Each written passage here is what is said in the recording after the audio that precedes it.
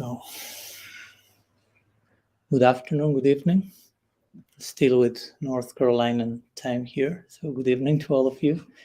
Welcome. Thank you so much for visiting us today here. Special thanks to Vaikuntha Dev Prabhu for hosting this gathering. Before I start with a brief introduction to today's topic and to the series these days, I'd like to ask if any of you is basically first time that you are being exposed to our particular tradition and the topics in connection to that, so I can be aware of that and convey my presentation with some empathy and sensitivity. So some of you are coming today for first time.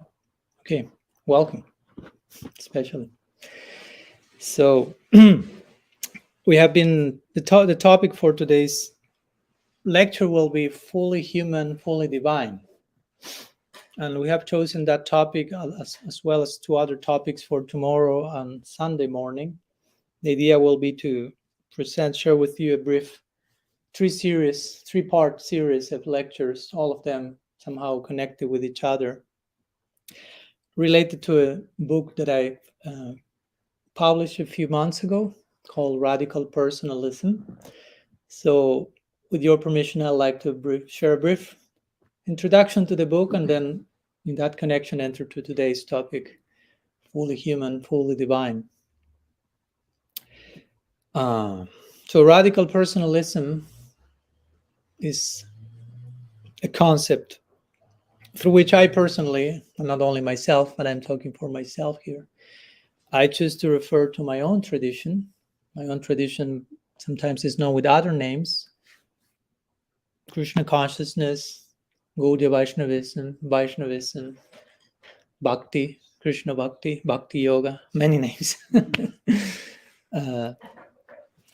which basically refer to the monotheistic and devotional mystical tradition in Hinduism, in which we are worshiping God in a personal way. Because we say Hinduism, sometimes people stop me in the street and ask me what I am. Just seeing me like that, they're kind of intrigued to what's behind those strange clothes. So where to begin? No, that's the question. No? So what's your religion? And I'm like, do you have 3 weeks to hear my reply to that? That might take some time. Yeah. So it's difficult because I can say, okay, that's Hinduism, but Hinduism is an umbrella term for whatever happens in India in spiritual terms. And not only one single thing is happening in India in spiritual terms, what to speak in every other term.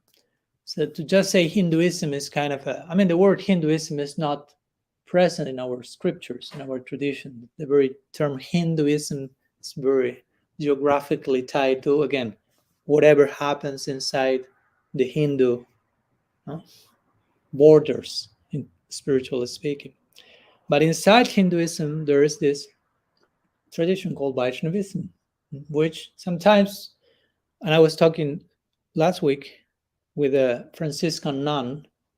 She is also a scientist and theologian, and we were having a podcast together. And I was telling her, actually, most of the people speak in terms of the three great world religions, and they refer to Christianity, Islam, and Judaism.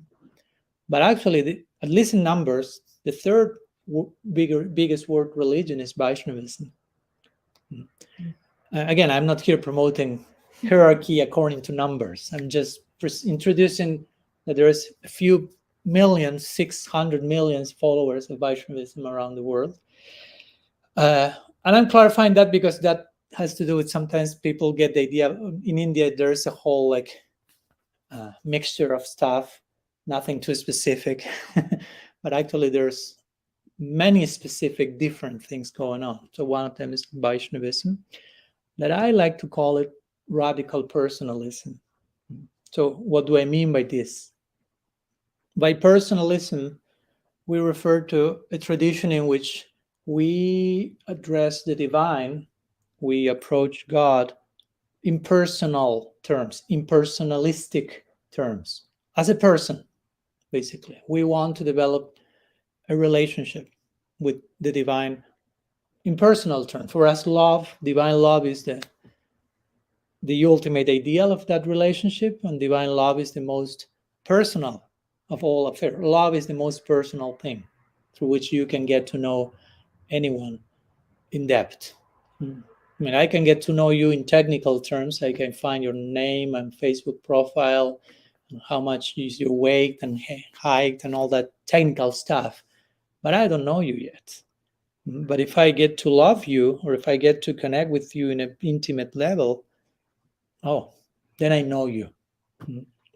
So for us, love is the highest form of knowledge. Krishna says that in the Bhagavad Gita. He says Raja Vidya.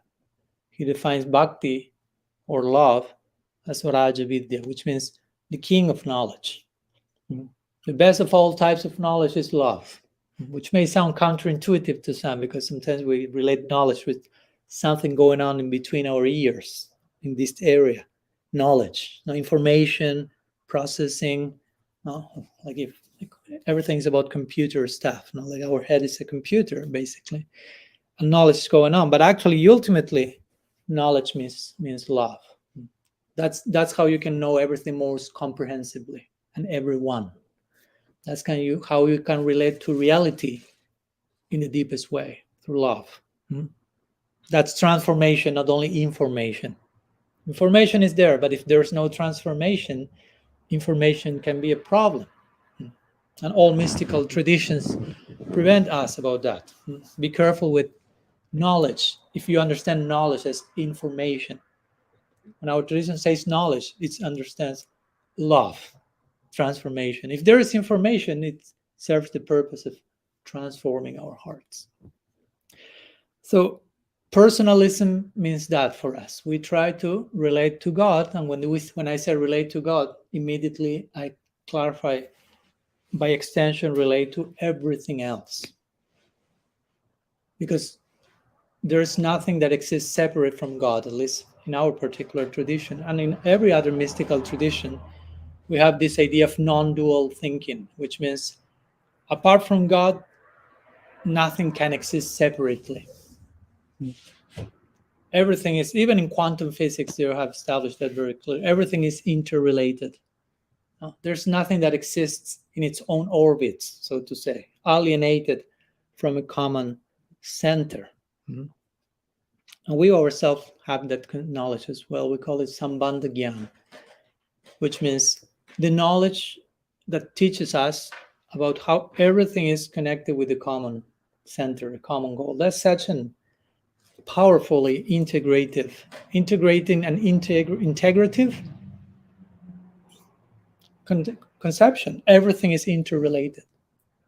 In fact, the opposite of that is basically the source of all problems around the world. I don't want to sound reductionistic, but basically that's the case. The fact that we are seeing things as separate from each other, as separate from a common center, the fact that we fail so badly at establishing a common orbit around which everything is constellating, that's the main source of fear, of conflict, separate interest, of seeing ourselves as having nothing in common with each other, and so on and so forth. So personalism brings back this idea, let's try to relate to everything in personal terms. And that's why I add to that radical. The word radical is not a bad word. Don't get scared. We will have some radical stuff going on here. This is a secret meeting of anarchists or something. No, it's not about that. Radical just basically means something happening to the core, to the root. That's the meaning of radical. Radix comes from the Latin radix, which means to the very root. So radical personalism basically means how we can be persons to the very root, how we can relate to everything and everyone in the most personal possible way. We are already persons, we are individuals, but how much we have explored the limits of our personhood, our individuality, how much being persons, we end up many times being quite impersonal. or depersonalized in the way we relate to everything sometimes, not only to God, to each other, to ourselves.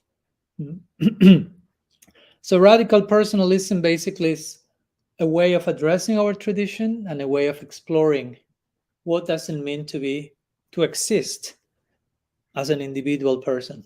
It may sound simple. Yeah, I'm a person, I exist, I have my own will and consciousness, but what's the reach and the ultimate potential of that? How much we have explored that? Our teachers always invite us to explore our potential. So potential means you are something and you can become something else. What you are includes all that you can be, which is not the same. No. And of course, all that you can be can go in so many directions also. You can be a serial killer in potential.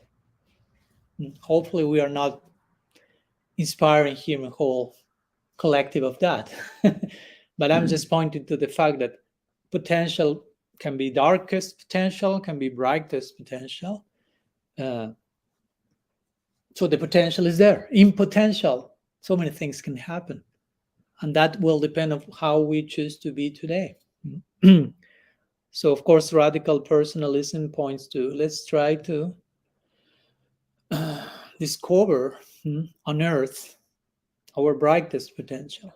What's the maximum reach and potential we have as consciousness and spiritual beings in connections to the divine, to our source? What's all that we can be?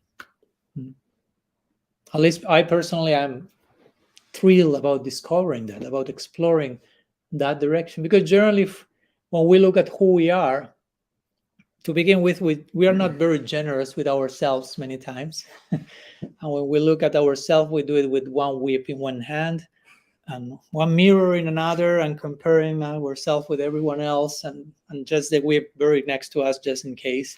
No? And we are not very generous with ourselves.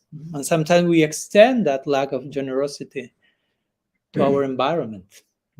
And sometimes we just lead lives in a very narrow way, conceiving ourselves in a very narrow way, seeing others in very ungenerous ways, and even sometimes conceiving God from a very limited perspective, and choosing to live our life like, okay, that's God. And many times we relate more with our own idea of God than with who God is, actually. I've talked many times with some people I know and friends that they don't believe in God. And of course, for me, it's not about believing, but it's about having a personal, direct experience. But every time that they explain to me why they cannot accept that, is they share an idea that for them is unacceptable. And of course, I totally agree with that. I say, for me also, that idea is unacceptable. God cannot be that. But still, you are telling me an idea. You are sharing me an idea of the person. So one thing is the idea we may have, whether it is acceptable or unacceptable. But another thing is the experience of the person.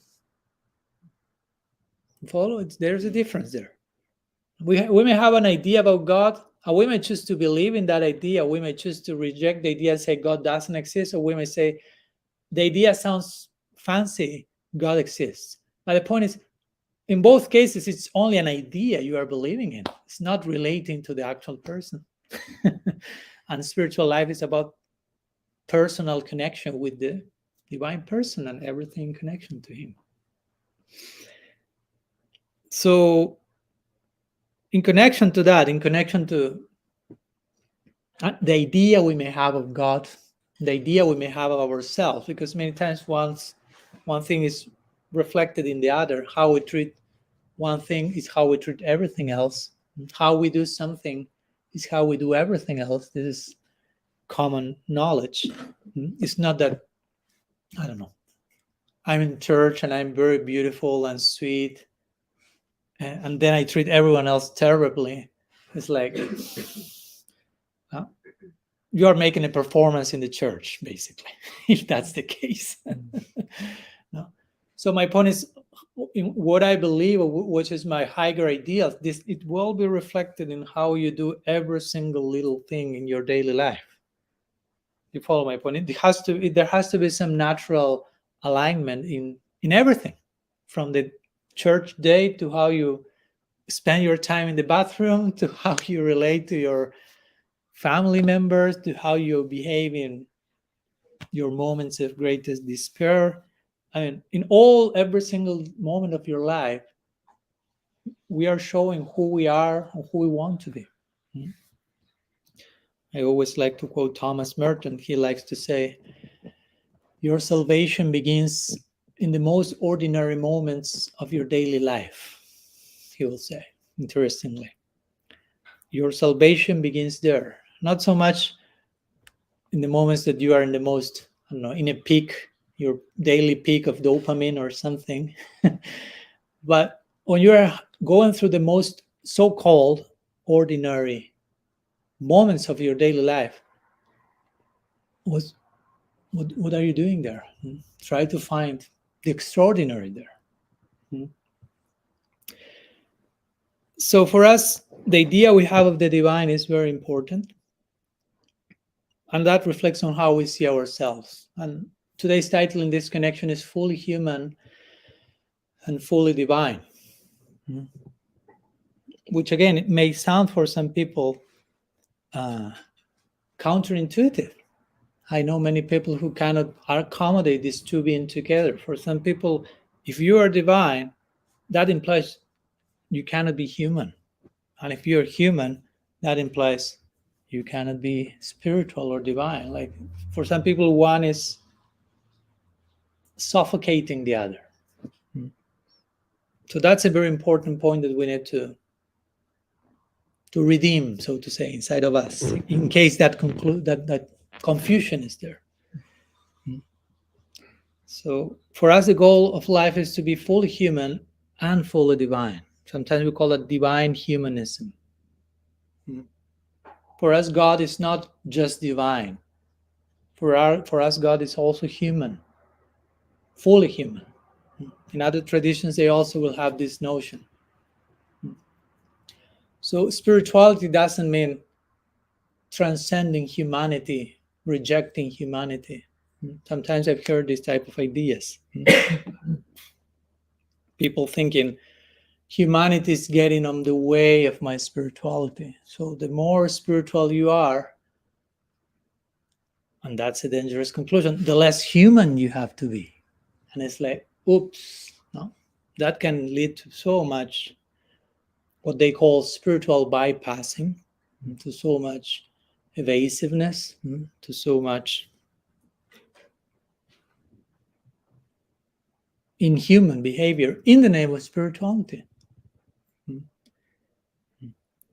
So humanity is not a problem. Being human for us is not a problem. With all that being human entails, again, being human involves experiencing bodily dimension, mental dimension, psychic dimension, emotional dimension, spiritual dimension.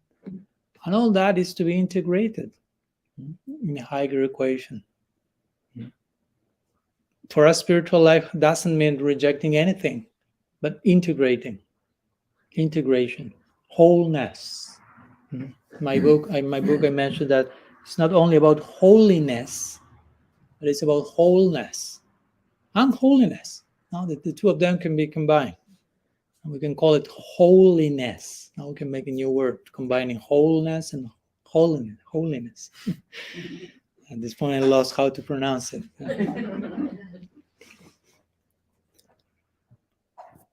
Because again, everything is an emanation of the divine. Everything is, in our tradition, we'll say the only thing that exists is God and his energies. And everything is that. There's nothing apart from that.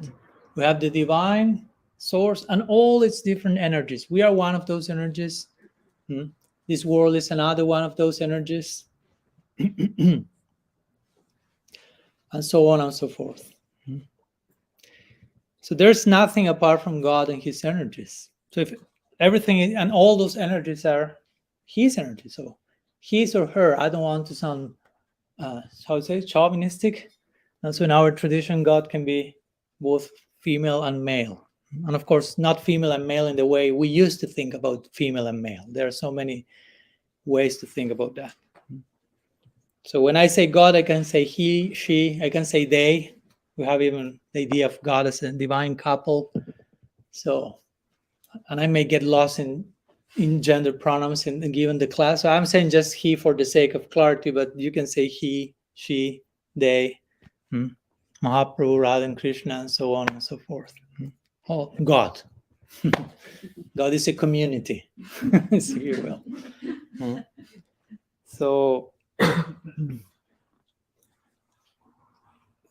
So everything is connected to the divine. So if everything is an energy of the divine, why do I have to think in terms of rejecting something? So the only thing that needs to be rejected is our lack of vision of how everything is connected to the divine. But if you have the proper vision, nothing needs to be rejected, because everything is already part of something, of a sacred play, if we want to call it like that. We have the term in Sanskrit, lila. Maybe you have heard the word lila. So lila means sacred play. Play. We like to play. Everyone likes to play. So lila means a play. It's a play that you are doing it out of joy. It's the opposite of karma. You have heard the word karma. Karma means more like forced labor. Labor? Forced labor. Lila means free play. There's one book even called Free Play. Very interesting. Written by one violinist. He speaks about improvisation in music. And he begins the book describing the idea of Lila and Krishna, and he speaks about Krishna. Yeah. I read that one before meeting Krishna and his practice. I was a musician, so I was like, okay. And I was into Indian music, lots of improvisation there. It's okay, this is a book about improvisation, and starts talking about Krishna Lila. And it's like, okay. He's showing like improvisation means something that is free movement. You are not calculating. Okay, now comes this, then comes this chore now. But at the same time, there is some perimeter. It's not that the musicians do whatever they like, absolute chaos. It's not that. So there are some parameters. In Indian music, you have this. In jazz, you have that. They have some parameters of harmony, melody, rhythm. But in the context of that, free flow, free play. There's a charm to that, because if you are a musician and you enter into that flow, you are basically possessed by something higher, of course. So Lila is similar to that. There are some parameters, there are certain rules to the play, to the game, but inside those rules, there is so much freedom. It's like if I tell you, okay, let's play something, there are some parameters. Like if I say, let's play chess, there are some parameters. I cannot just move the pieces as I want. But in those parameters, there are infinite possibilities at the same time. The possibilities are infinite, but there are some parameters. If there are no parameters, there are no rules, there is no game. So our idea is that God is entirely dedicated to Lila, to play, to game. He's so full in himself. He's experiencing such joy, we call it Ananda, that the outcome of being so full is celebrating his fullness. Try to imagine a person who is absolutely fulfilled. So that it will be difficult for that person to just sit quietly in meditation, even. Because that person is overflowing. So that person may feel the need to celebrate, to dance, to sing, to play. Celebratory movement, lila. That's another way of describing lila. Celebratory movement. celebratory and participatory. We are being invited to be part of that. And even this whole world, this whole material creation, that unfortunately sometimes even religious people label as profane, as something that gets in the way of God, as something that is bad, as something that we need to leave as soon as possible. That's not our view, actually. Our view is, again, this is one of the Shaktis of God, this is one of the potencies of God. If properly addressed, if properly conceived, there's no problem with it. It's not entangling, it's facilitating, it's illuminating. It's one of his Leelas. It's called Srishti Leela, the play of creation. But everything is play at the end of the day. Everything is Leela. So this God that is immersed in play, this God that is immersed in celebration, this God that is so fulfilled that wants to, is like overflowing in himself and extending that to us, that person is fully human and fully divine. And that's our prospect as well, to be fully human and fully divine. And sometimes it's more difficult to us to be fully human than fully spiritual, interestingly.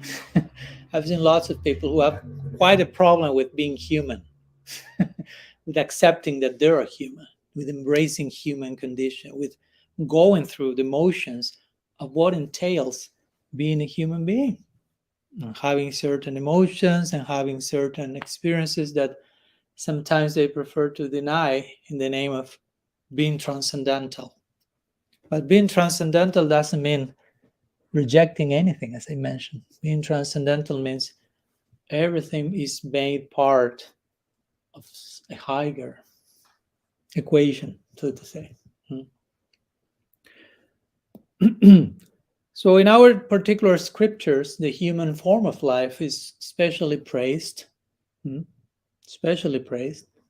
as a very unique vehicle to attain the highest goal of life.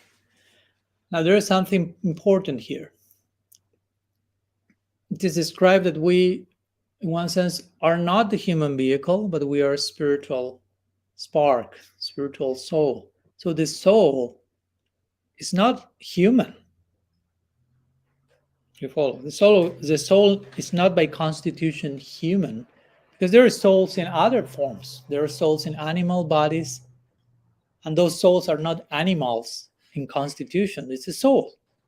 So the soul is in a plant, no? And they are not human ontologically. It's Atman in Sanskrit. Atman. So we are Atman. So by nature, we are not human. We are in a human vehicle. But our ultimate goal in life includes an identity which will be human. So we are not human, but if we attain the type of perfection we want to attain, we will be human. Fully human and fully divine. But the thing is that being human, of course, to attain such a full human situation, we have to start here and now, being human. Or to speak of fully human, let's begin being human. And that's interesting because sometimes, and you may say, what do you mean, Swami? I'm already human. Look, and we point at the vehicle. I'm human. And the pointing means I have the vehicle. But the question is what you are doing with the vehicle. You can have a car, a vehicle, and you're using that to kill people, just like in video games. People is like killing everyone in the car. That was not the purpose of the car. So that we have the human vehicle doesn't necessarily mean that we are human. In fact, sometimes we use the expression inhuman. And you only will call inhuman someone who is in a human vehicle. You will never call inhuman a cat, a bird, a plant. That was so inhuman what they did. No, that doesn't happen. Even if a lion is devouring its prey, that's not inhuman. That's according to their nature, and so on and so forth. So we only reserve the label inhuman, the honorary title, for someone who is not human in behavior, but human in vehicle. So that points at having the human vehicle doesn't necessarily mean we are in human life or in human consciousness. So that's very important to understand the importance of being human as a, if you will, preliminary stage for full spirituality. Very important. One of the main lines in our tradition from one text called Vedanta Sutra, the first sutra, the very first sutra say Atatu Brahma Jignasa.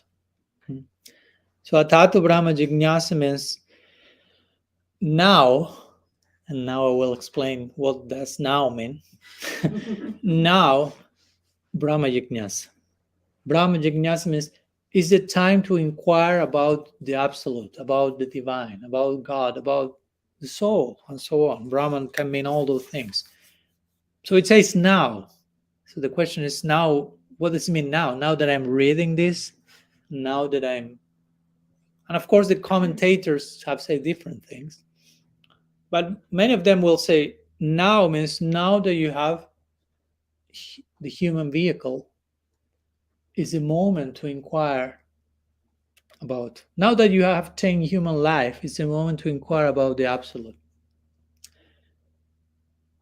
And the commentators explain that also now means now that you have gone through different other texts in our tradition which deal with the different human dimensions.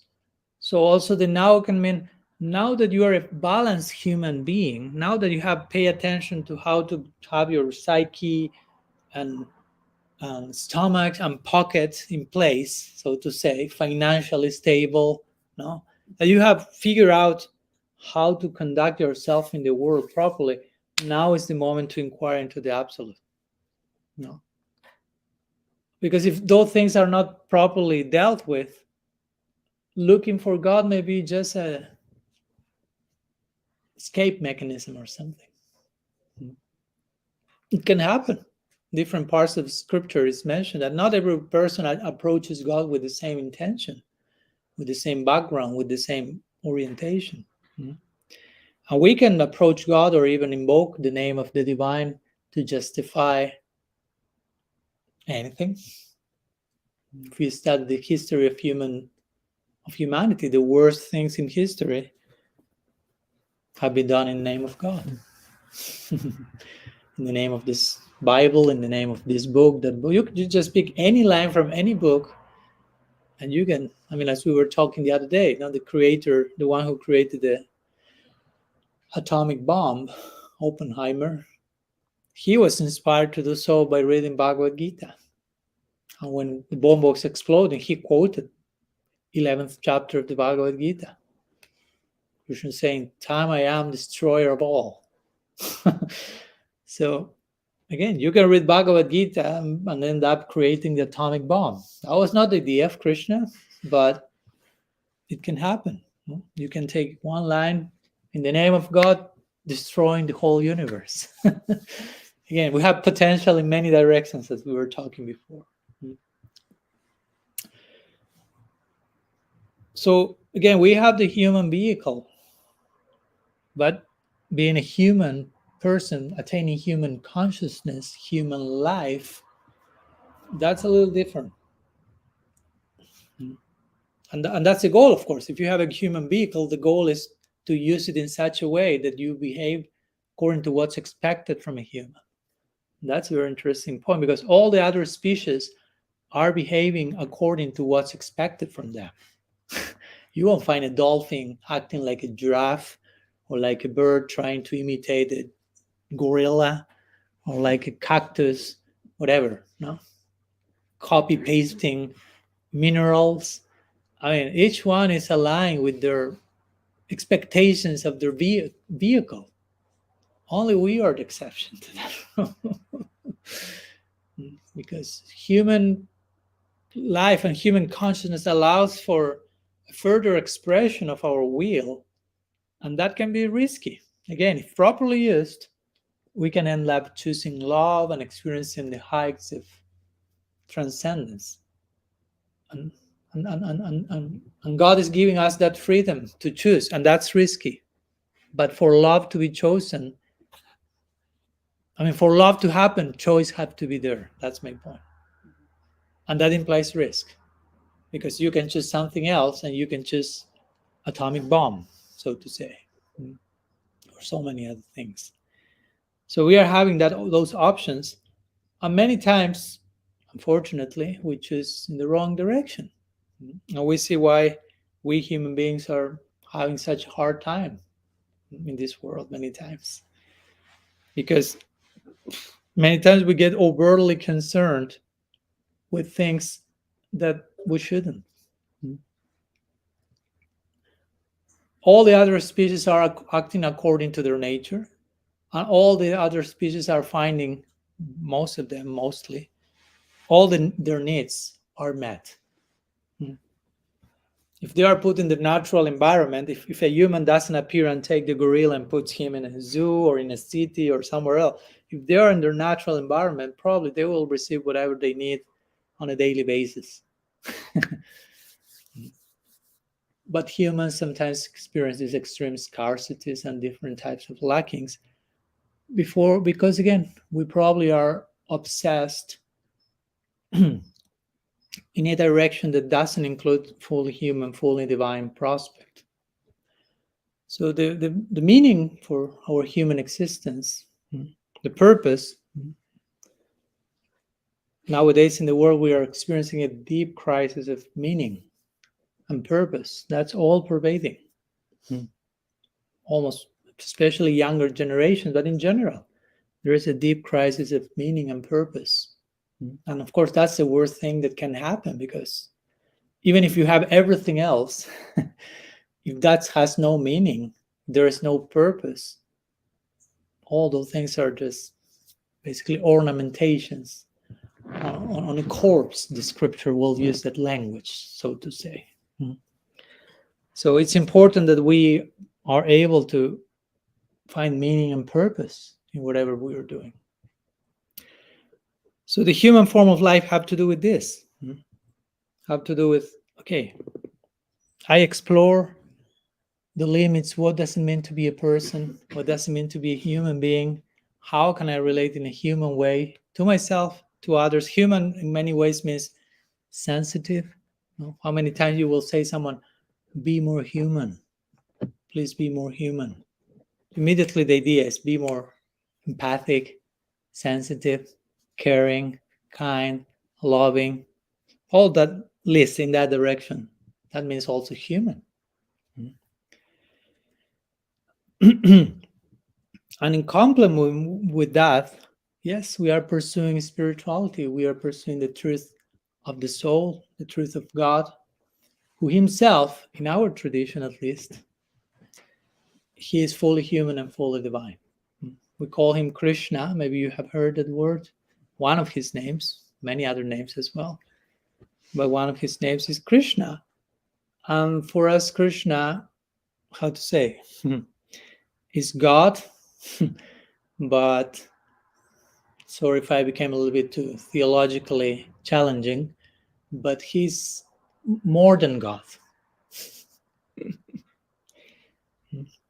And what do I mean by this? He's still God, but he's so immersed in the experience of full humanity also, that he relates with his lovers, his devotees, his servants. He relates in such a level of intimacy that the idea that he's God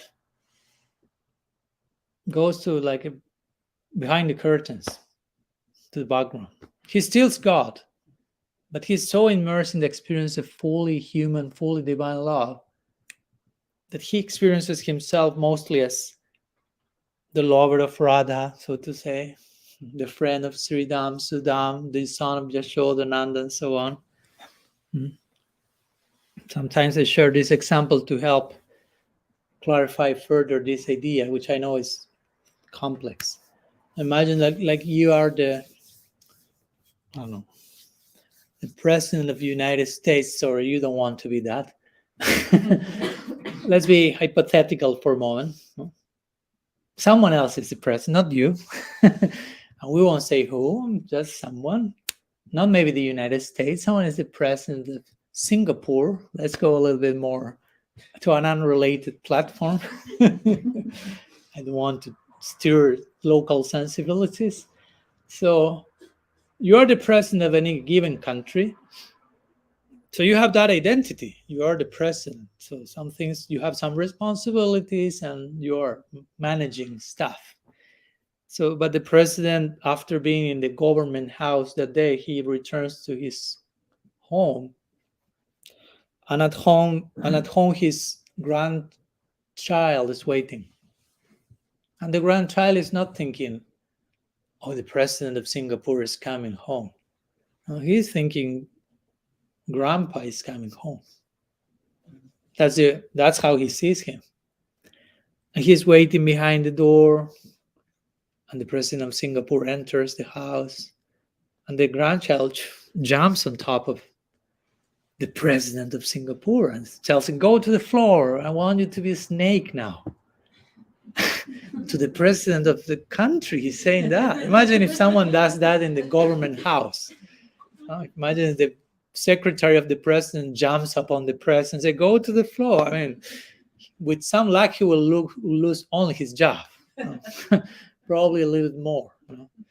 So, but the grandchild is saying that. Go to the floor and just like moving zigzag. And the president of Singapore is doing that. Wow. He's on the floor, 65-year-old man, moving like as much as he can, like a snake on the floor. And this child on top of him and beating him. Come on, you're not doing fine. What are you doing? Oh, this is not a snake. What are you? Who do you think you are? The president of Singapore? Come on, you are a snake. You are my grandpa and you are a snake. Those are the two only designations I will accept. And the president of Singapore, at that precise moment, he has totally forgotten that he's the president of Singapore. He's completely immersed into the experience of being snake for his grandchild. But he's still officially the president of Singapore. It's not that someone else, we lost the president. He's still officially that, but at that moment, that's somewhere else in the background of his consciousness. Do you follow my example? So for the grandchild, he's not the president. He's my grandfather. And for the president, at that moment, he doesn't feel I'm the president. I'm my grandchild's grandpa. That's his sense of identity.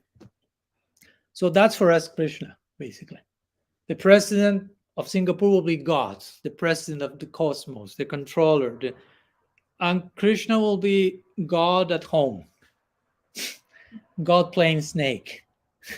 You follow? God impacted by the power of intimate love from his closest ones. So he still is God. He still is the president of the cosmos. But he's something more, not less, but more than that. And that's only because he's fully human and fully divine. Because if he will be only fully divine, the only awareness that remains is I'm God. I'm fully divine. Divine means divine. I'm God, I'm God, I'm God. Everyone is reminding me that. I'm reminding myself godly. But the fact that God is not only fully divine, but fully human allows for that particular unique experience and interaction when he becomes so overwhelmed by that love that he, quote unquote, forgets that he is God somehow. And that's especially charming because that allows for so much intimacy. Again, going back to the Singapore example, that's so much more charming. Seeing the president playing snake with a grandchild on his back, that's so much more charming than him entering the government house and everything's bureaucracy and formality. Good morning, hello, Mr. President, how are you? That's so boring, by comparison. And he himself is doing all that, but he's just waiting. Oh, I wish I will be back at home and playing Snake with my grandchildren. There's so much more rasa there, so much more juice of life in that intimate setting. So the same, if that happens with the president of Singapore, why doesn't it? That happens because that happens with God to begin with. So he has all this divine, majestic side is there, and if someone wants to relate to him from that place, that there's place for that. We are not condemning that. That's beautiful in its own way. But we feel very inclined to the idea of fully human also. So if God is fully human and fully divine, and those at least who feel attracted to relate from that place are also invited to become fully human and fully divine. That's the only way you can relate to such a person. I cannot relate to such a person in other terms. If he's fully human and fully divine, I have to be fully human and fully divine. So we speak the same language, basically. So from that place, in my particular book, Radical Personalism, I dedicated a few chapters to this idea. First of all, to establish this important point. The divine is fully human and fully divine. And if we want to relate with such a divine, we have to be fully human and fully divine. And that begins here and now. It doesn't begin next lifetime in 20 years. It begins today. What do I do with my humanity? How I'm treating my humanity? How I'm treating my divine prospect?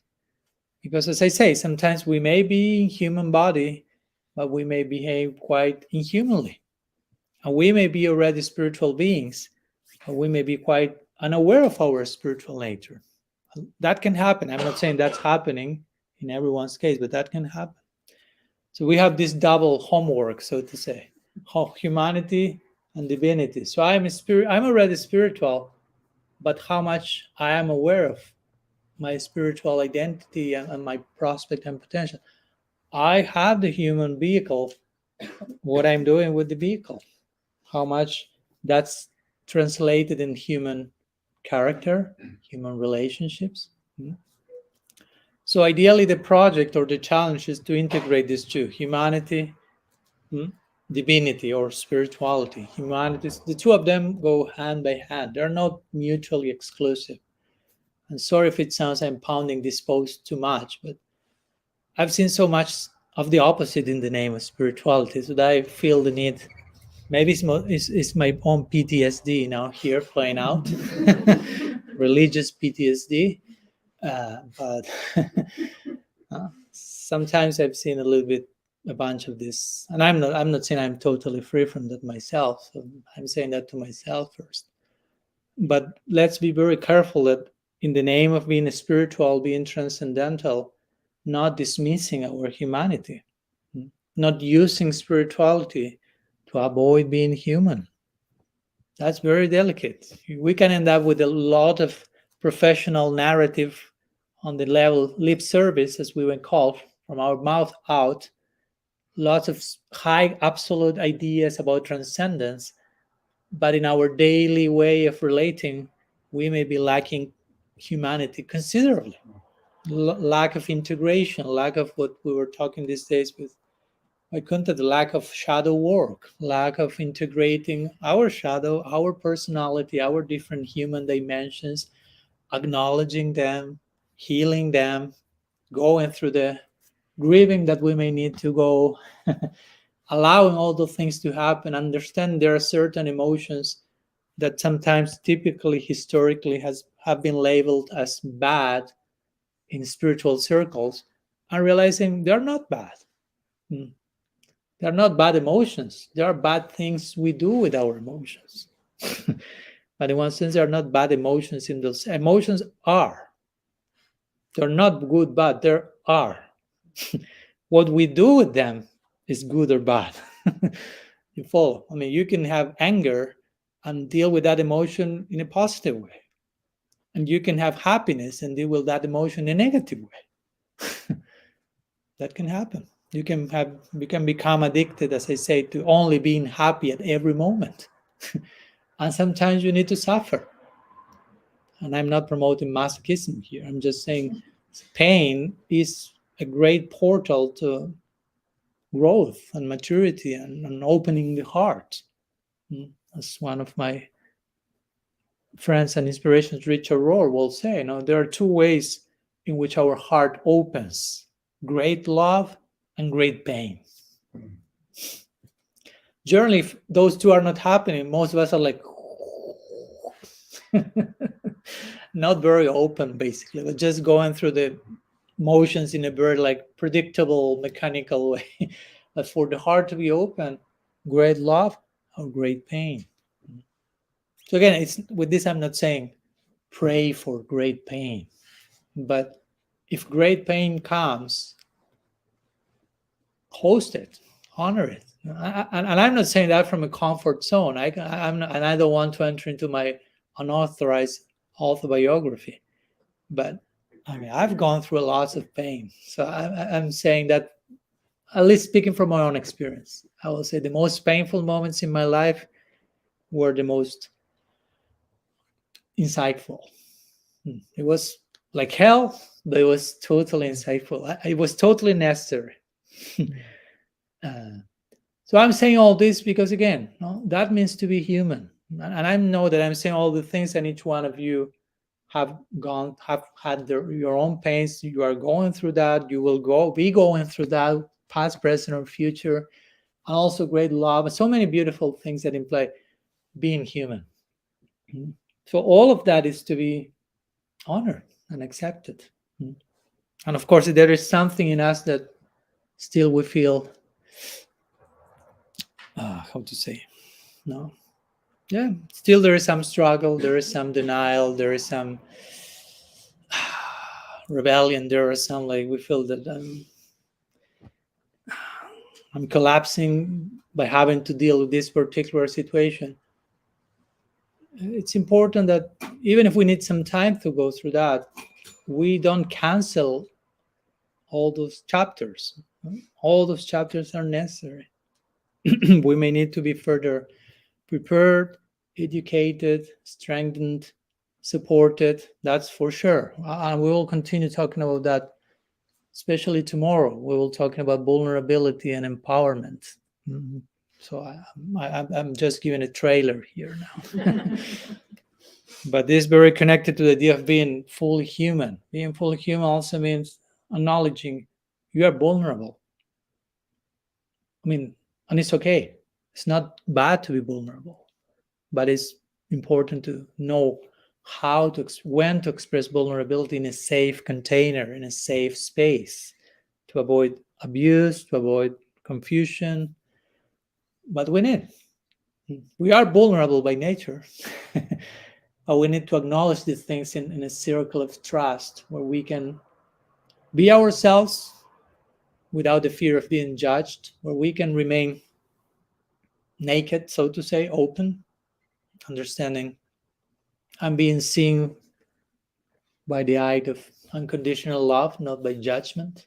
All these experiences are crucial for our humanity to flourish, to blossom, and to be fully divine and fully human. Again, we don't want one without the other. We don't want only to be human, because actually the very potential of being human has to do with spirituality. But the highest reach of spirituality in our tradition is fully human at the same time. So anyhow, I don't want to overextend myself today, and I also want to leave a few minutes in case you have questions, in case you have something you may like to share, ask. I've gone for an hour or so. And as I mentioned, today was kind of an introduction to the topic, to this 3-day series. Tomorrow we'll be talking on vulnerability and empowerment. I gave a little trailer of that. And on Sunday morning, we'll be talking on knowing through unknowing, and the importance of coexisting with uncertainty and doubts and making friends with the unknown and those things that are mysterious. We were talking a little bit about that before the lecture. Yeah. So I don't promise to keep you in the comfort zone these days. I can promise you the opposite, but we'll try to make it relatively comfortable in that context. Because we need some comfort. If it's too uncomfortable, that will be discomfort. yeah. We have to try to remain comfortable with discomfort. But yeah, hopefully we can share a few challenging ideas, but challenging not like traumatizing, but just challenging enough to invite us to look at ourselves and our life from alternative perspectives than the ones we are accustomed to relate to ourselves, to everything, because that's necessary. We need to invoke a few alternative viewpoints to realize, oh, life can be seen from here. Oh, life can be seen from here as well, and it looks so different. But we need to change for that to happen, and change is a natural law of nature. Again, that's it. We have to normalize change. We have to normalize a few other things as well, but change one of them. No, to remain ourselves in this, so to say, liquid state of change, of flow. If you are not liquid, you don't flow. You become solid ice, so to say, and nothing changes. So how to remain in a permanent state of openness to change, to possibility, to unpredictability. May sound scary, but it shouldn't be. That's where all our potential is waiting us. So we will talk about that these days. I've given enough trailers today. So I don't know if there are any questions or something you may like to share, to ask about. Yes, Madhumati. I was thinking, Krishna is always in Leela Yes. and loving and so caring. And how is it that we start thinking that he's out to get us, out to punish us? And then, so often, from the pulpit, people are shaking their fingers and we end up living in fear rather than moving towards love. What do you think that phenomenon is? Well, the immediate thing that comes to mind is just projection from unresolved childhood issues with authority figures.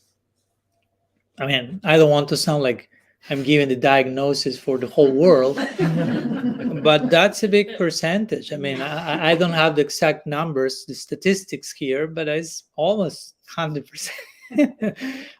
There is one book, I haven't read it, but I'm interested into that makes this very, like, so to say, scholarly statistics and numbers and research, and they show how basically every single person that is atheistic and has a problem with God has some problem with their father when they were a child. And there's a very astonishing correlation. It's unconscious, of course, but it's there. There is some unresolved, and for most of us there is something unresolved with our authority figures as child. It's not that even if our parents were nice, there's always something unresolved that needs to be eventually acknowledged and integrated, because probably that may be filtered in the way we project our idea of who God is even. And as you say, it's interesting, and I've seen that a lot, especially in our tradition, that our official, so to say, definition of God is extremely sweet and attractive and intimate and merciful, and all these qualities that shouldn't be, that are the opposite of how many of the members of that same tradition choose to feel. Even if they say, oh, Krishna is the all attractive and he's an ocean of mercy. They know the narrative. they know what to say, what is being said about him.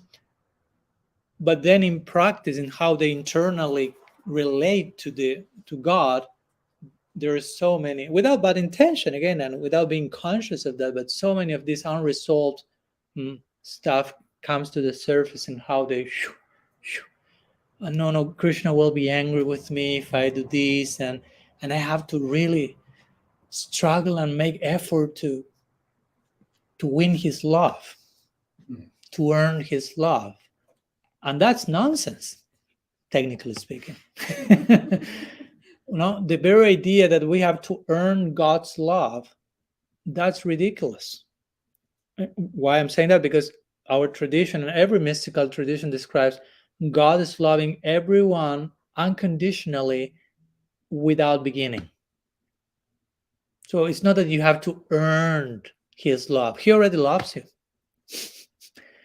But that's too much for us to understand many times. We are so conditioned to not experiencing that we think that I don't deserve, I'm not worthy, I have to win it myself always.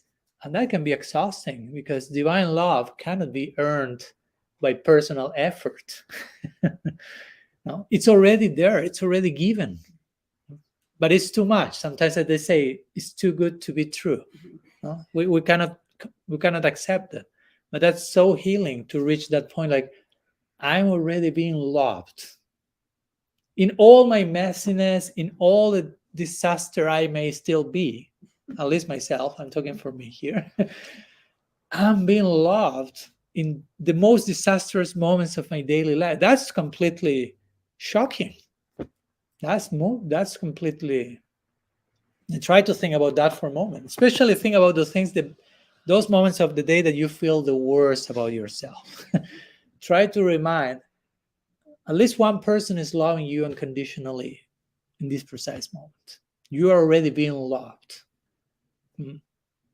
That's so much like counterintuitive to the way we tend to operate in this world, which everything is conditional, not unconditional. It's conditional. If you are perfect, I love you. If you do what I want, I do what you want. Let's sign the contract. Everything is small letters, every page, lots of small letters. Just sign here. Bring me the lens. No, it's just sign here. Yeah. So yeah. So that's a point. That's it. We need to break that false myth of who God is and how because if not, we orient ourselves in life in such an exhausting place. Like, I'm never enough. I'm not worthy. I will never be worthy. And I have to earn that.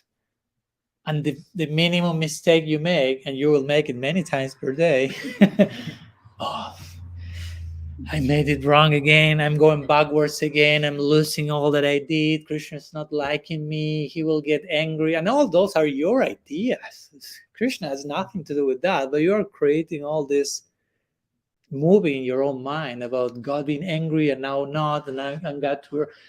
And that's all the filters of unresolved issues that we have to address. And that, for me, it's also an important point in connection to fully human, fully divine.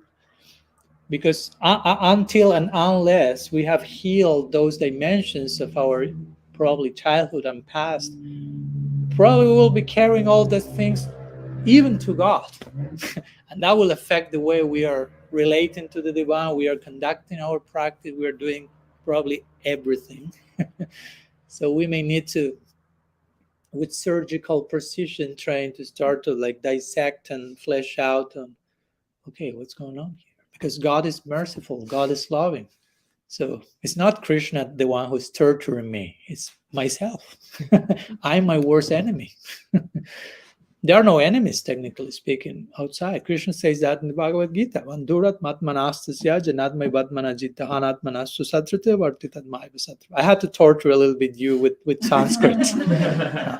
I tried to contain the whole lecture, but a little bit. So Krishna is saying there, 6 chapters, 6 verses of the Gita. The mind can be, if the mind is controlled, your mind is your best friend. If the mind is out of control, your mind is your worst enemy. So the same thing can be best or worse. And the mind is not a person. It's not someone else there. No, it's an instrument that if I am my best friend, my mind will be my best friend. If I am my worst enemy, my mind will be my worst enemy. It's like your stomach. Mine is like the stomach of the psychic body. So like your stomach, sometimes if you eat, I don't know, 3 kilos of French fries, don't do that, please. It's just an hypothetical suicidal example. You will be dying probably if you are still alive. You are in the process of dying. You will say, oh, my stomach is killing me. No, you just have the expression. But the stomach is not a separate entity that is attacking you. Actually, you are killing your stomach by putting all that stuff there. It's not that the stomach is killing you, although we express in the backward way. That's our lack of personal responsibility. Oh, my stomach is killing me. And the stomach say, well, what did you put here 15 minutes ago? So I'm killing I'm feeding my stomach with junk, so to say, in excess, and now I'm dying.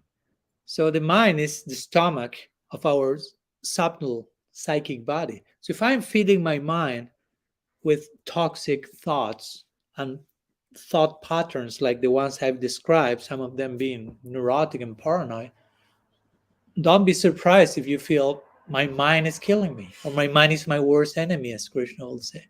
So the challenge now is, okay, maybe your mind is your worst enemy now. The challenge is make your worst enemy into your best friend. That's a challenge. Try to think about the person that you may label your worst enemy in your life. Probably we are not that important to have enemies, but imagine the worst. And Chris say, even worse than that is your mind out of control. And now try to think, that person, your worst enemy, try to think, what should I do to make that person my best friend? And now go to the mind, which is even a worse enemy and has to become even a better friend. It's not impossible. As I like to say, it's not easy, but it's not impossible. It's difficult. And difficult is the middle point between impossible and easy. Impossible. Easy. Oh. Because I'm telling you, what's the opposite of easy? And people say difficult. No. Possible of easy is impossible. The opposite of easy is impossible. The middle point between easy and impossible is difficult. Difficult is not an extreme. Difficult is the middle point. We want to thread the middle path. So yeah, I will say that that's one of the main. There may be other reasons, of course. We may have been received a wrong version of who God is, but on a God level, on a common sense level, we know that that cannot be. Because if not, we'll end up being an atheist and saying God doesn't exist. Because most of the people who say God doesn't exist, they are saying that I cannot believe in a God like that. And I will subscribe to them. Yeah, I cannot believe in a God like that either. But that's not God. That's the point. It's an interesting thing. It's like we may think of God in that negative way, but sometimes when people are preaching it as well, then it's, our worst fears and anxieties get inculcated even more but so it's in the name of, lots of times it's in the name of religion also. God's out to get you. Yeah. Actually, the Prabhupada say, this process is like, how to say, razor's blade? Razor's edge. Razor's edge. So you can engage with it in the best possible way and attain the brightest jewel, or you can destroy yourself if you are not handling that properly. So yeah, we can just, as I said before, we can justify so many horrible things in the name of God, religion, spirituality, all these noble ideals. So we have to be very honest and very, very transparent and very willing to be educated on an ongoing level and to acknowledge our misconceptions, because that will happen also. It's not that, okay, I'm starting to practice and I'm understanding everything perfectly, I don't need to revise anything. And probably after 10, 20, 30 years, you will realize, oof, I got this wrong idea for 3 decades. No? Oh my gosh, I've been practicing with this particular misconception for so long. But I'm glad that I'm realizing that. So I'm celebrating that. No, it's not that, oh, how could I be so stupid? I mean, that's life. It happens. But we should be open to that. I'm not saying everything we know is wrong, but we'll talk about that on Sunday. But even everything we know that may be correct can be understood always in a deeper and broader way. So let's be careful not to become very attached to, oh, I have this correct idea about Christians, so that's it. Yeah, that's it, but it can always be this and this and this and this. So you have to remain always in that fluid state of conversation, so to say. Srila Sridhar, can I comment on that? Srila Sridhar Maharaj once mentioned that, we try to conceive of the infinite inside a Good finite luck. mind. Yeah. He said the infinite by its nature cannot be confined within a finite mind. Mm-hmm. So he said, is it even possible to count the grains of sand or number of stars and the different aphorisms of Zen, for example? Mm-hmm. But he said, if the infinite is truly infinite, it has the ability to reveal itself in all its infiniteness to the finite mind. Mm-hmm. So that is revelation. Mm-hmm. And that's the descending process of understanding the infinite within our finite self. So that there is an avenue there. Mm. There is an avenue. And I had one question. I'm going to be not the devil's advocate, but I'm going to be the Mayavadi's advocate. Let's see. Whomever's advocate you want to be. So the whole theme of this evening is radical personalism. Mm-hmm. So there's a lot of people that believe, well, God's not a person. God is just a force, an energy that pervades everything. Mm-hmm. We're all one with that force, and ultimately the ultimate truth is we're not really this personality. We're not this person. God's not a person. We're just, we merge with that divine set. So how do you reconcile that understanding with radical personalism? Okay. Well, Sorry, guys. to begin with, I will say God is a person, but also he has his impersonal aspect. So that's also part of him. That means to be infinite. He can be a person and be impersonal. And that's described in scripture. Brahman, Paramatma, Bhagavan. Brahmeti, Paramatmeti, Bhagavaniti, Shabdite. So Brahman is described like the how do you say? Indefinite? The indistinguishable. Yeah. Okay. So that side is there. So I think as strongly as some teachers have spoken, I won't say against that, but just like emphasizing that's not the only thing. I think it's important to acknowledge that's a possibility. And there are practitioners who want to experience some form, so to say, of merging into that undifferentiated, that was the word I was looking, sorry, undifferentiated state. And the scriptures acknowledge that possibility is there. It's not our particular goal in our tradition, but that's there. And that's a possibility in transcendence. So if that's a possibility in transcendence, I mean, I have nothing against that. It's not my cup of tea, but I have nothing against it, because if that's possible for eternity, for some reason that exists.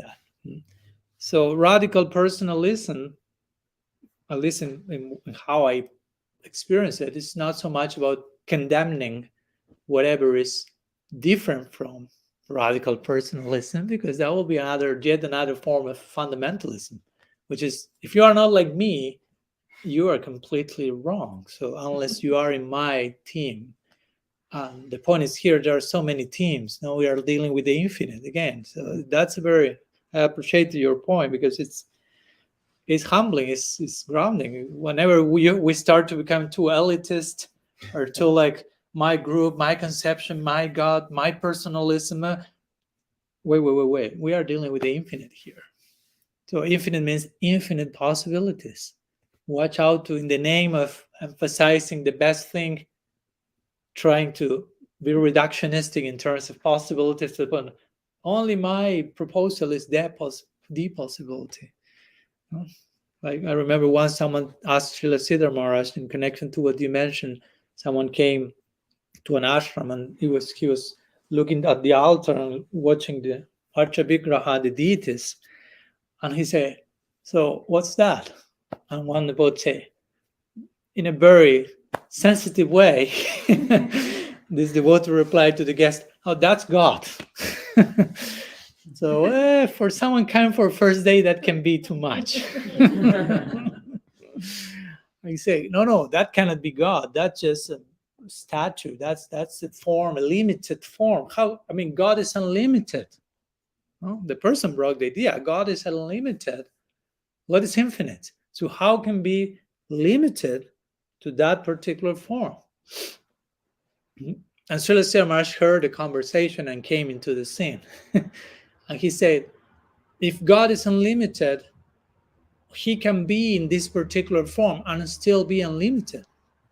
That means to be unlimited, that he can adopt any form he wants and still that form is unlimited. Unlimited means unlimited possibility.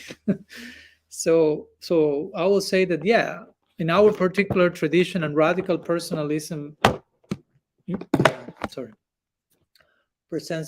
emphasizes this idea of ultimately our goal is relation with God in person and relation with everything as persons. For us, we are eternally people, individuals. And actually, and this is what described in the scripture, those who want to attain this undifferentiated experience ideally acknowledge that all these personal relationships exist. And only then they can attain that experience. If someone says, oh, God is not a person, you are not a person, that's false. That's described in scripture as an aparad, as an offense toward the eternal form of God. But if someone says, yeah, I acknowledge that God has a form, he's a person, but I personally am attracted to the undifferentiated experience and I go for it, okay? And you can attain that. That's not, again, our goal. That's not our emphasis, our school. But because something is not our school doesn't mean that it has to be stigmatized or something. Mm-hmm. Sometimes our teachers have spoke strongly about that, but I will say mostly from the perspective of experiencing the relish of a personal loving relationship with God, and somehow out of ecstasy, using expressions that without understanding that may sound a little bit too much. And if we copy paste that without having that realization, that can be quite unbecoming and fanatical. So yeah, we are to honor and to respect differences of opinion in different schools, and as long as they have their valid presentation and they're respectful to other traditions. It was one of the things that Srila Prabhupada repeated over. Mm-hmm. He would repeat it again and again. He would say, we are not fanatics.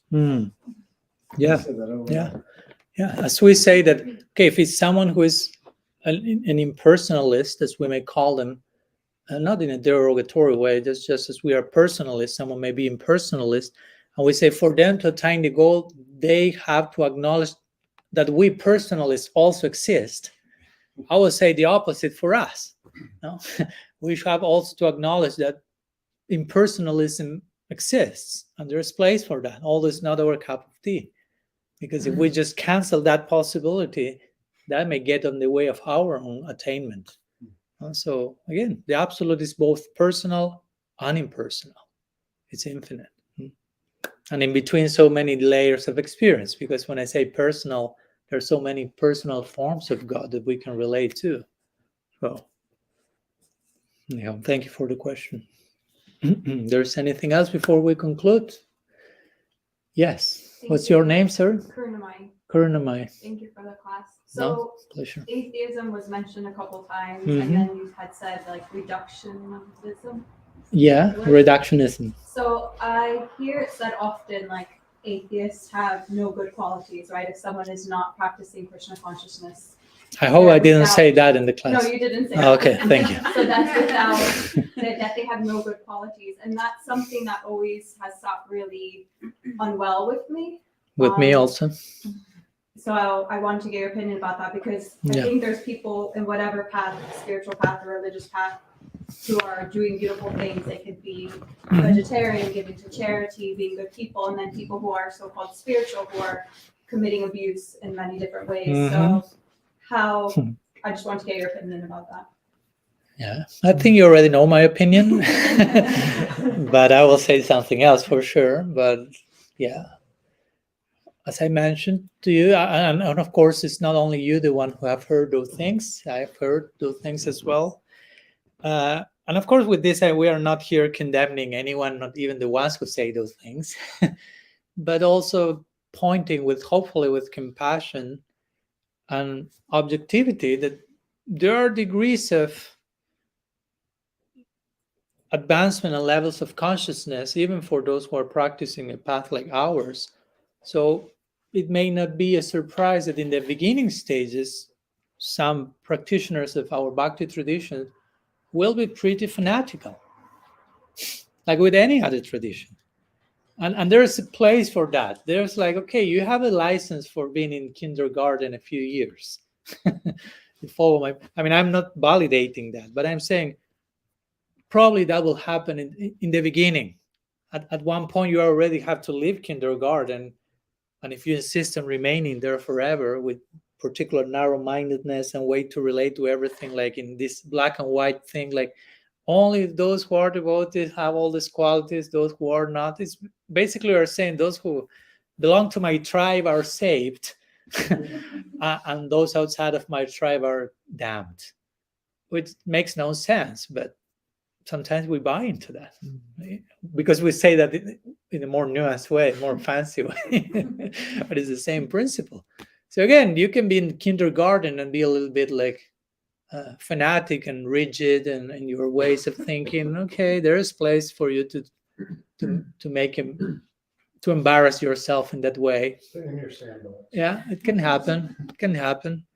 In the beginning, you may need to think in that way. No, my thing is the best. Everything is the best. And very absolutistic way. Whomever is not doing that, like I said the other day, sometimes I hear the expression non-devotees.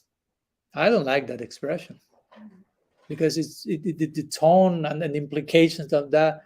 I mean, if you speak about Saint Francis of Assisi, we'll call him a non-devotee. I wish I had the fervor and passion of devotion that he had. I will say he's a non-Gaudiya Vaishnava. It's okay. That's not diminishing him. But non-devotee is like, it has some subtle connotation that I do not agree with.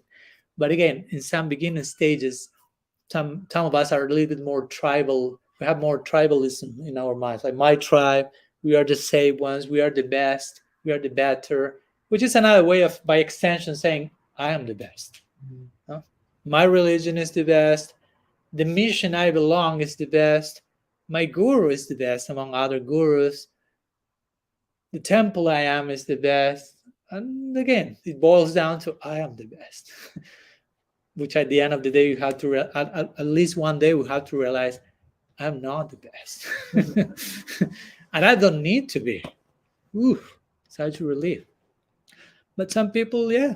I mean, and probably all of us have gone or will go or are going through this kindergarten chapter. And Srila Prabhupada give this example that it makes sense for me, which is the one of the fence. You know, like the beginning, he described the beginning of the spiritual practice. Mahaprabhu gives this analogy of the vine as well. A vine that is growing, and you receive the seed first. So the seed is put on the earth, the weeds are pulled out, you put the water, and the first the budding stage of the seed comes, the first little parts come, and you build a fence around, because in those beginning stages, the first sprouts are too fragile and tender. If there's no fence, the wind may agitate and even uproot that. So there's a fence on a certain height. So the sprouts are growing inside the fence and do not know anything outside the fence. It's just, this is reality. No, there's so much outside the fence, but they are not ready to see it yet, because that will affect their rooting. But when they are rooted enough, the sprout grew above the fence, and they can deal with all the diversity that is outside of the fence. They are properly rooted now. So the same idea will be in the beginning of our practice. We have this fencing of fanaticism and black and white, and only devotees have good qualities, and sectarian and fanatic. I mean, that's totally unbecoming. But if it's a kindergarten stage, it can even have some charm. Like if you see like a baby of 2-3 years speaking some nonsense in very extreme way, like if he says, "My daddy is the best dad in the whole universe," and it's charming 2-3 years, of course, you even smile.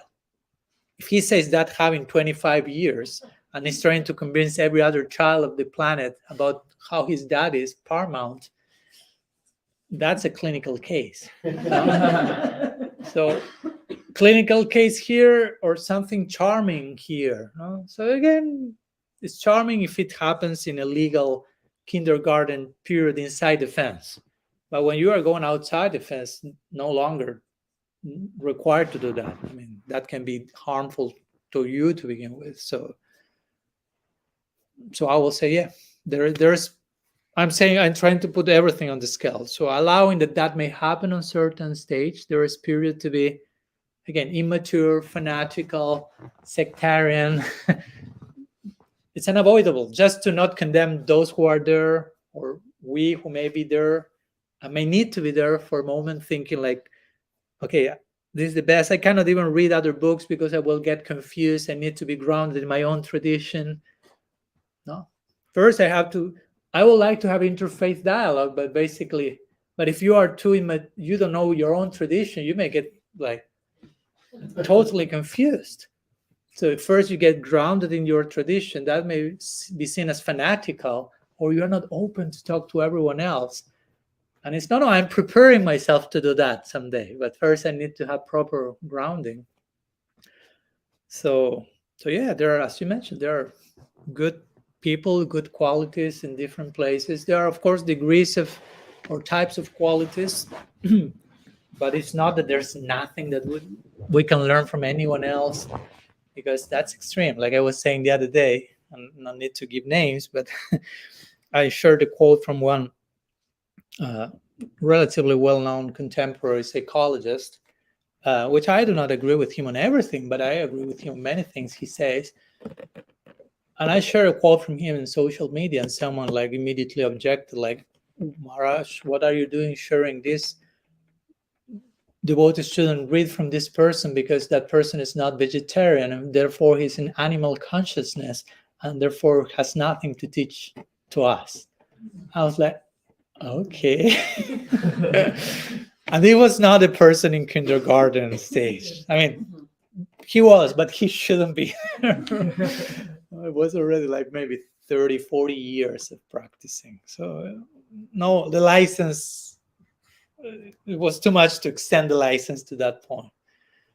And yeah, it was like, and I was a little bit maybe sarcastic, but I tried to make a point to him, and I told, okay, I have nothing to learn from this person because this person is not vegetarian, so I shouldn't be sharing this with my community. Okay, so what should I be sharing? Bhagavad Gita is okay? Yes. But no, I don't think we should. I think I should cancel sharing Bhagavad Gita. Why? Well, because one of the two main characters of the book, Arjuna, he's not vegetarian. So he says he has nothing to teach me. So better let's stop reading Bhagavad Gita.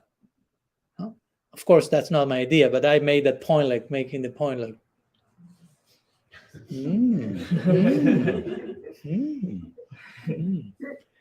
mean, we have to cancel Bhagavad Gita. We have to cancel. Our own tradition goes bankrupt.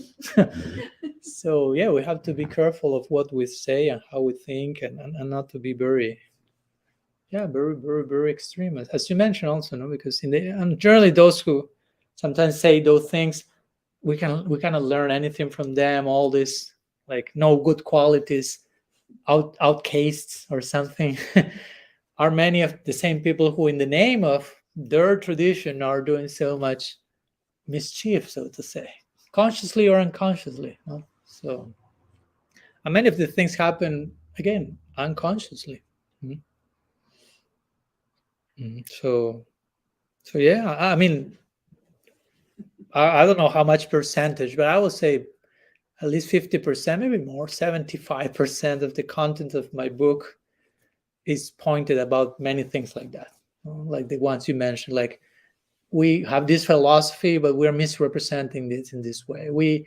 I'm accustomed to hear this from the members of my community, and this is totally misrepresentative of how we are relating to others. And so it's kind of an invitation to reconceive and recalibrate what's our tradition, how we are representing to ourselves, how we are thinking of that, and like an invitation to the GPSA, no, recalibrating, no? Find a new path, because the other one is just leading to a cliff or something. No? So, yeah, I agree. You had compared the mind and the stomach. Uh-huh. You also mentioned that we can try to make the mind, when it's our best friend, can try to win the friendship of the mind when it's our worst enemy. So one of the best ways to do that, to make a friend, is to feed them. So we have some wonderful prasad. I knew it was going there. So We already arranged this. I arranged this analogy with Baikontadev before the class. So I gave him the signal. So it was the moment to do that. So yeah, we are ready for. Prabhupada said the best way to make a friend is to give them a cookie. Okay. So you can make even your enemy your friend. Okay. We'll try our best. So thank you. They like cookies. Otherwise, you might make an enemy. How many people do you know? I'm not that very don't good at like cookies. cookies? I'm not very good at cookies. I'm saying, you want me to get that? Yeah, it's possible. It's possible. Well, we used to distribute. There are infinite possibilities, as we mentioned. Yeah. Okay, so before going to the cookies and making further friendship, or some other things, if you don't like cookies, just in case we have another things. Yeah. Any other last comment, last question, something else before concluding? We have some friends connected online as well. Questions or no, not yet. Okay, we'll conclude here, and we are more than welcome, of course, to join us tomorrow, same timing. Tomorrow we'll be talking on vulnerability and empowerment, continuing with this ongoing reflection. And on Sunday, 11 a.m., we'll be talking on knowing through unknowing, basically. So those will be the topics, trying to keep all of that under the umbrella of radical personalism and so on. So again, thank you so much for your presence, your attention, very valuable attention and presence and hearing. It's minimum 50% of the equation. Although I'm here in this fancy seat talking like nothing, hearing and listening is crucial, and just being present is so much of a reciprocation. So I really appreciate that. Thank you so much, Vaikuntha Prabhu, for the invitations to all of you. Hope to see you soon. Sri Sri Radha Govinda ki jai, Sriman Mahaprabhu ki jai, Gaur Bhakta Vrinda ki jai, Gaur Pramanand, Hari Hari Bol.